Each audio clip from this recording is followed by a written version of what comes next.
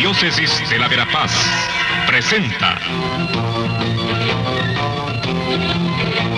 El Pueblo de Dios, el pueblo de la esperanza. Estimados amigos, una vez más tenemos el gusto de entrar en sus hogares a través de este programa, con el mensaje de crecimiento espiritual y familiar.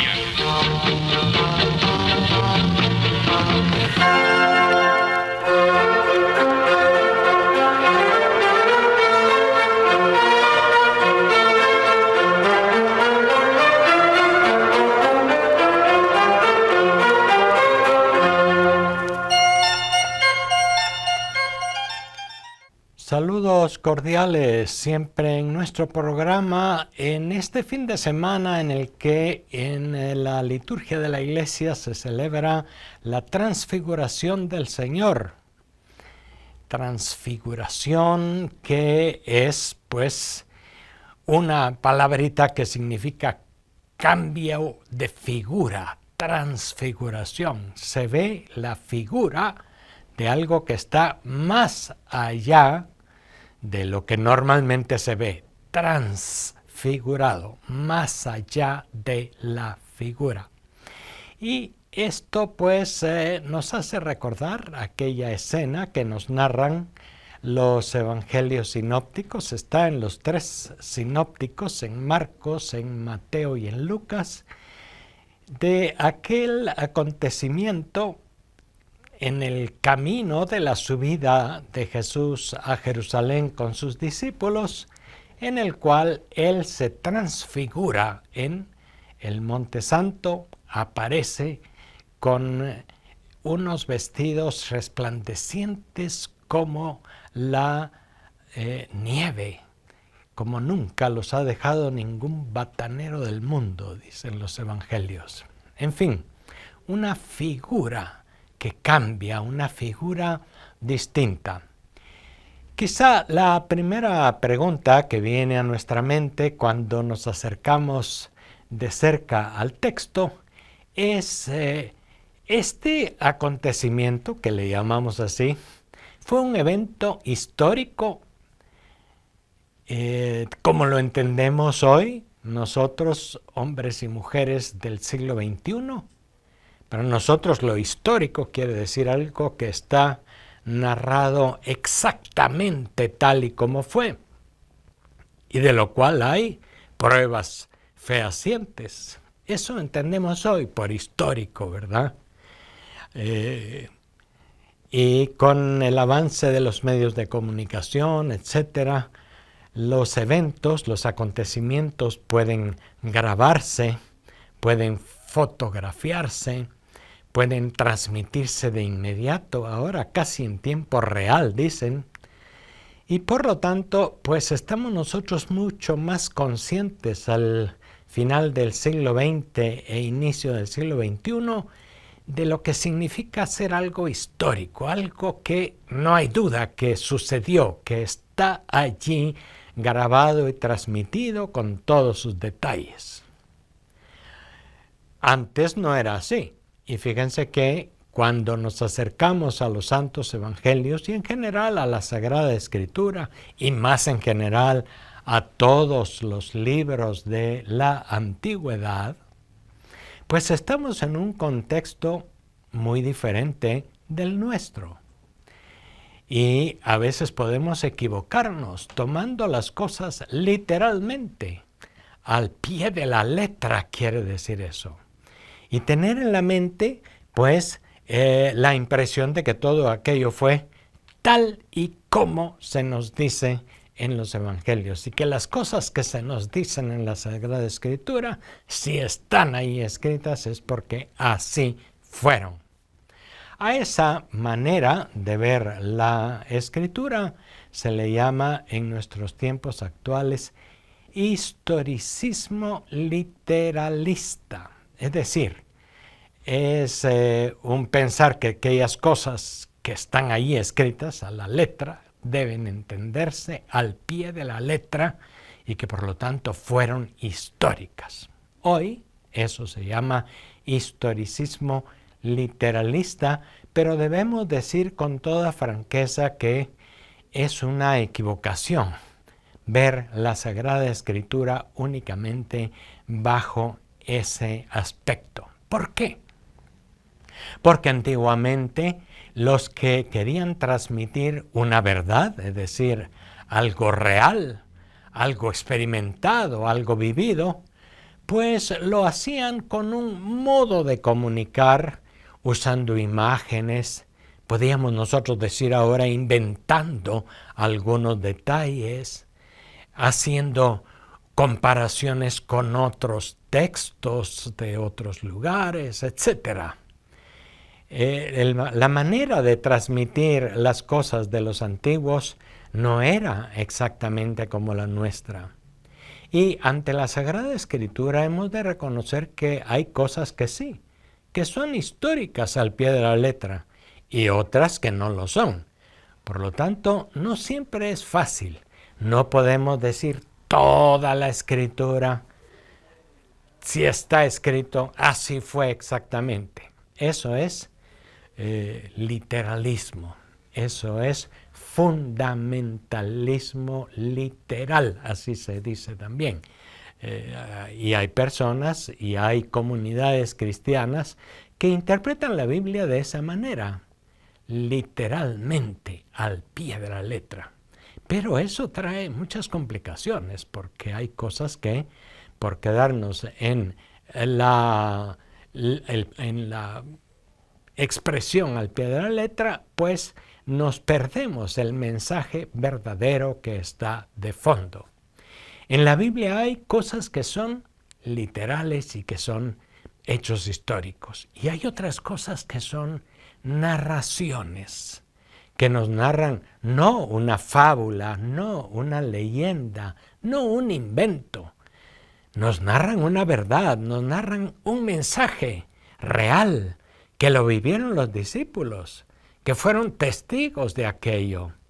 Sin embargo, ahí es donde está la aclaración, la manera de manifestar ellos aquellas experiencias no era siempre como nosotros lo esperamos hoy que fuera, todo transmitido con pelos y señales, todo al pie de la letra exactamente tal y como fue la descripción de los hechos. ¿Qué significa, pues, esta narración de la transfiguración? Primero, hecha esta observación al principio, digamos que hoy la tendencia no es interpretarla al pie de la letra como un milagro, como algo sobrenatural que sucedió allá, como una visión espectacular que tuvieron Pedro, Santiago y Juan. Puede interpretarse así, y si usted quiere hacerlo, pues puede hacerlo.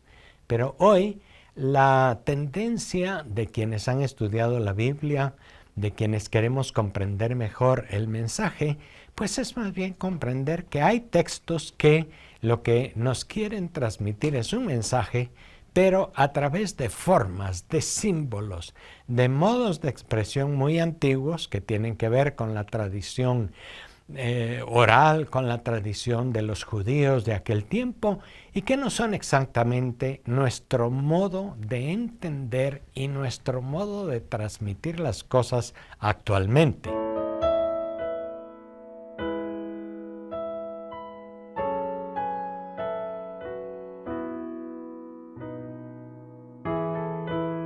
¿Cómo podemos entender bien, entonces, este relato, esta narración de la transfiguración del Señor?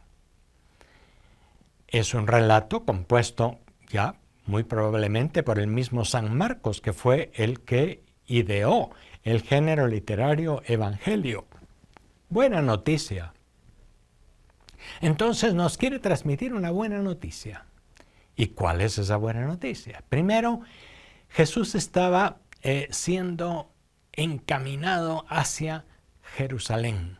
Iba con sus discípulos hacia la muerte, hacia el conflicto que le esperaba en Jerusalén. Y él ya lo sabía o lo presentían también los discípulos.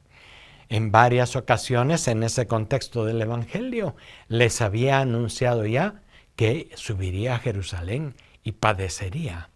Los anuncios de la pasión, que se hacen 3 veces en los Evangelios, y en medio de esos anuncios es donde se sitúa esta narración de la transfiguración del Señor.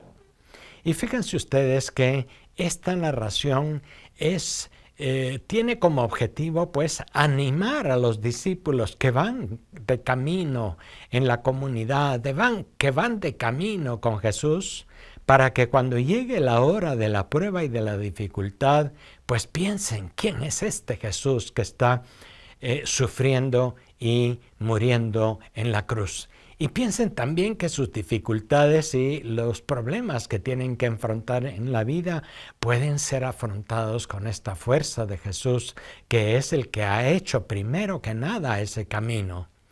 Uno de los objetivos que todos estamos de acuerdo en cuanto a esta narración de la transfiguración es que tiene la finalidad, tiene el objetivo de animar a los discípulos que estaban con el corazón un poco nublado, que estaban casi tristes, que estaban un poco temerosos de subir a Jerusalén con Jesús y quizá enfrentar las dificultades como de hecho tuvieron que hacerlo.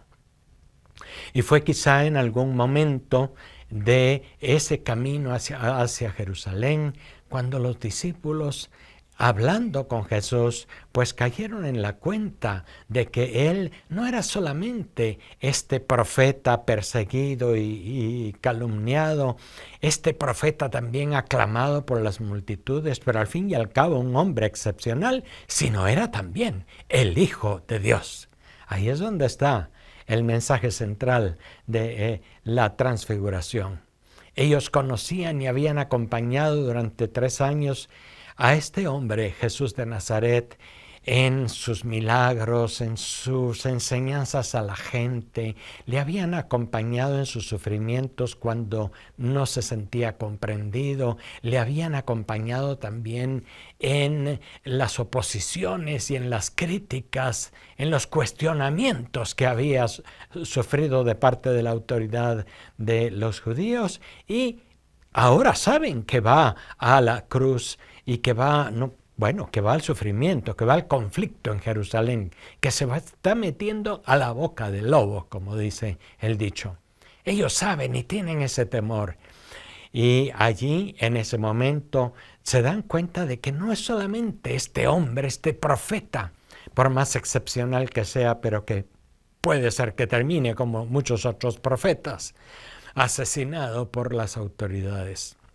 No se trata solamente de este hombre, se trata de que es el Hijo de Dios. Y allí, para decirnos esto, usan, como les decía que se hace en las narraciones en la Biblia, elementos, símbolos que hablan de la divinidad. Se dice en primer lugar que subieron a un monte alto. Los montes altos, no solamente en el judaísmo, en la religión judeocristiana, sino también en muchas otras religiones, son lugares de culto, lugares que acercan al cielo, a lo alto, porque en la mentalidad de la gente lo de abajo es lo mundano, lo terreno, donde está el mal, y lo alto es lo perfecto, lo bueno, lo puro, donde está Dios. Entonces, esa situación geográfica, ese lugar, es también algo que dice mucho para la gente en aquel momento. No solamente se trata de subir a un monte como en una excursión, se trata, y lo que nos está diciendo es, están en el ambiente de lo divino, están acercándose a Dios. En lo alto de los montes se construían los templos, todavía lo suelen hacer así. Nuestras comunidades todavía lo suelen hacer así, muchas culturas y muchas religiones. En el monte. Fue en el monte en donde Moisés recibió el libro o las tablas de la ley. Fue en un monte donde Elías se encontró con la brisa suave que era de Dios.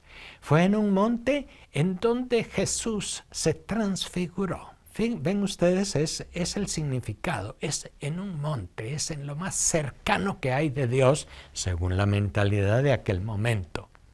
Segundo, aparece una nube los cubrió. Esa nube aparece muchas veces en el Antiguo Testamento y es un símbolo, un signo de la presencia de Dios que cubre del sol, que refresca, que da sombra.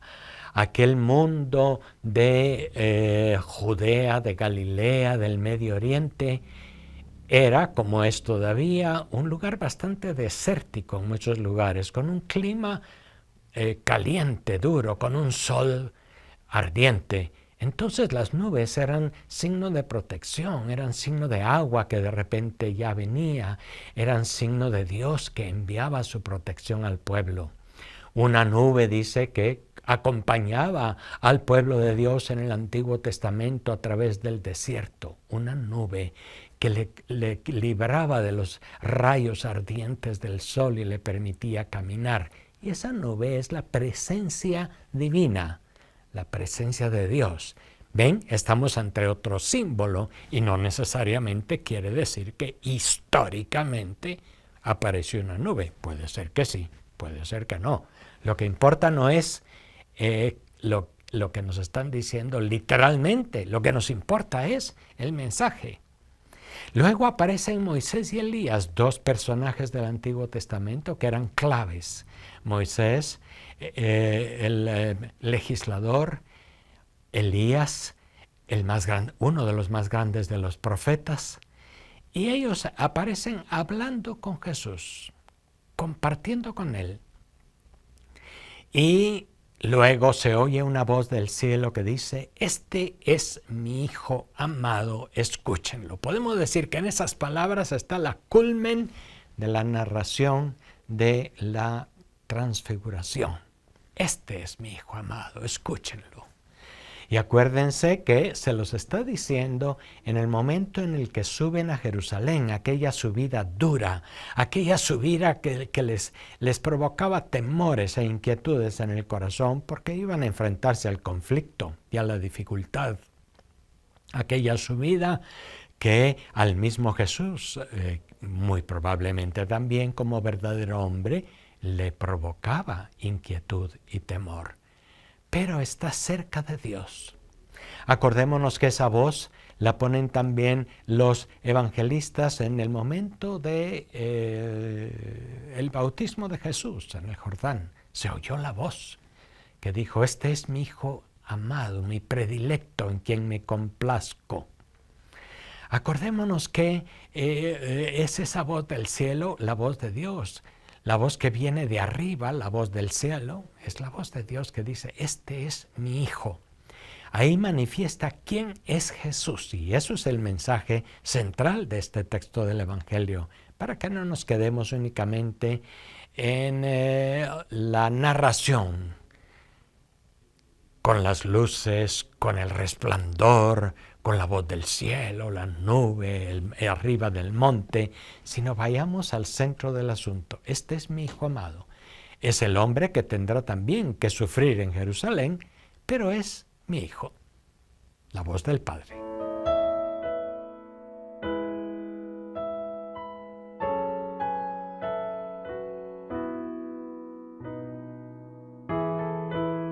En la transfiguración, pues, hay algo muy real. Lo real es el mensaje, es la experiencia que nos transmiten Pedro, Santiago y Juan. Ellos reconocieron en Jesús no solamente al hombre, al maestro, al profeta, sino reconocieron en él al Hijo de Dios. Eso es lo real, lo verdadero. La manera como nos lo transmiten tal vez no es histórica, tal vez no en sus detalles, probablemente no lo es, son símbolos.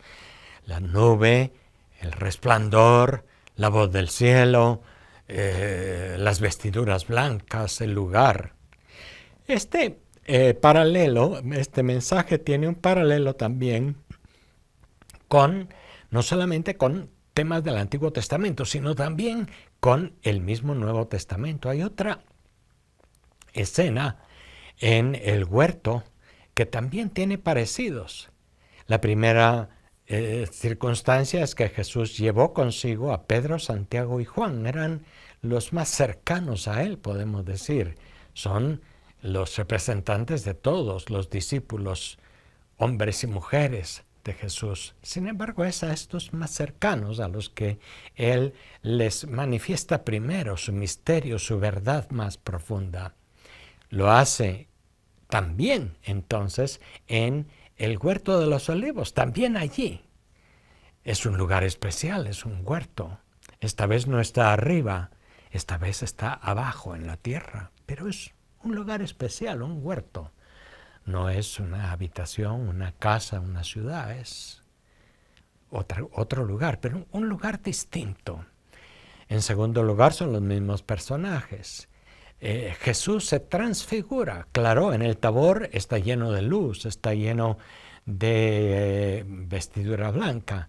En la Pasión, en el huerto de los olivos, también se transfigura, está lleno de dolor, está sudando sangre incluso, dicen.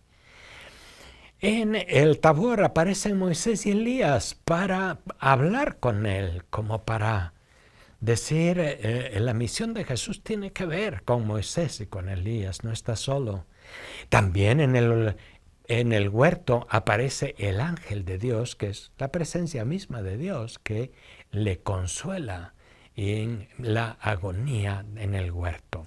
Hay pues un paralelismo, paralelos entre diversos textos, por los símbolos, por el modo de narrar la cosa, que nos dicen, pues aquí estamos ante una narración compuesta por el evangelista San Marcos, retomada después por San Mateo, que es el texto que leemos ahora, pero también por San Lucas.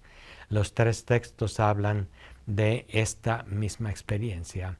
Y en los Hechos de los Apóstoles y en la carta segunda de Pedro también se nos dice, en los Hechos por Lucas y en la segunda Pedro por Pedro mismo, de que ellos han sido testigos oculares de aquello.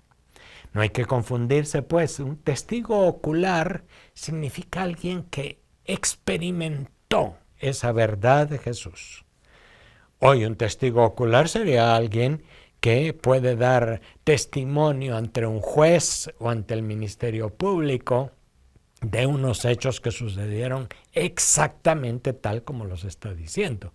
Si está diciendo la verdad, no está contando mentiras, no está contando fábulas. Para hoy, un testigo ocular es pues alguien que lo ha visto literalmente hablando.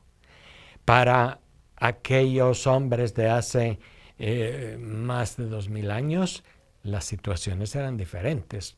Comunicaban una verdad, una convicción, algo verdadero, pero con símbolos, con modos arreglados alrededor de un relato.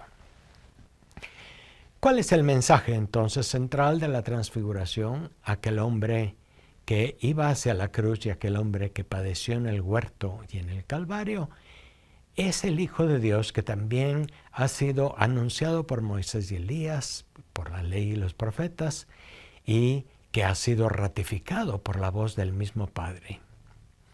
La voz del Padre se oye en el Tabor y en el Jordán. La voz del Padre no se oye en la cruz. Sin embargo, es este mismo Jesús que está caminando con los discípulos, que está enfrentándose a la dificultad y a la muerte. El mismo Jesús, hijo de María, el hijo del carpintero de Nazaret, según la gente, es el Hijo de Dios. Esa es la verdad primera. Lo segundo puede ser también una aplicación a nuestra propia existencia. Nosotros, como Pedro, Santiago y Juan, estamos invitados a conocer de cerca a Jesús, no solo en su gloria, en su ser glorificado, sino también en su pasión. Y estamos invitados a reconocer que este Jesús también es glorificado en nosotros y también sufre en nosotros. La voz del Padre que se oye en el bautismo y en el Tabor esa voz que a veces no oímos cuando pasamos por momentos de prueba y de lucha, es una voz que se dirigió no solo a Jesús, sino a los discípulos. Ustedes son mis hijos amados en quienes tengo mis complacencias. Eso puede pensarlo cada uno. Esta palabra, esta expresión del Padre, puedo acogerla yo en mi corazón de una manera personal. Tú eres mi hijo, en quien me complazco. Y hay momentos en que esa palabra la oímos, un momento de alegría, de contemplación, de oración profunda. Y hay otros momentos en que no se oye, como Jesús en la cruz, en que más bien Él dijo, Padre, ¿por qué me has abandonado? Es pues una ocasión muy especial, la transfiguración, para pensar en Jesús y en el modo como nos acompaña, en el modo como nos hace saber quiénes somos nosotros también en Él. Feliz domingo, feliz semana. Hasta la próxima.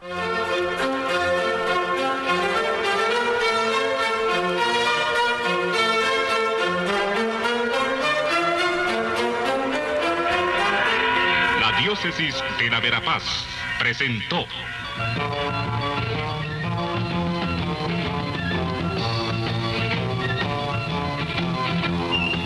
El pueblo de Dios, el pueblo de la esperanza. Agradecidos por su atención al mensaje de crecimiento espiritual y familiar. Hasta otra oportunidad.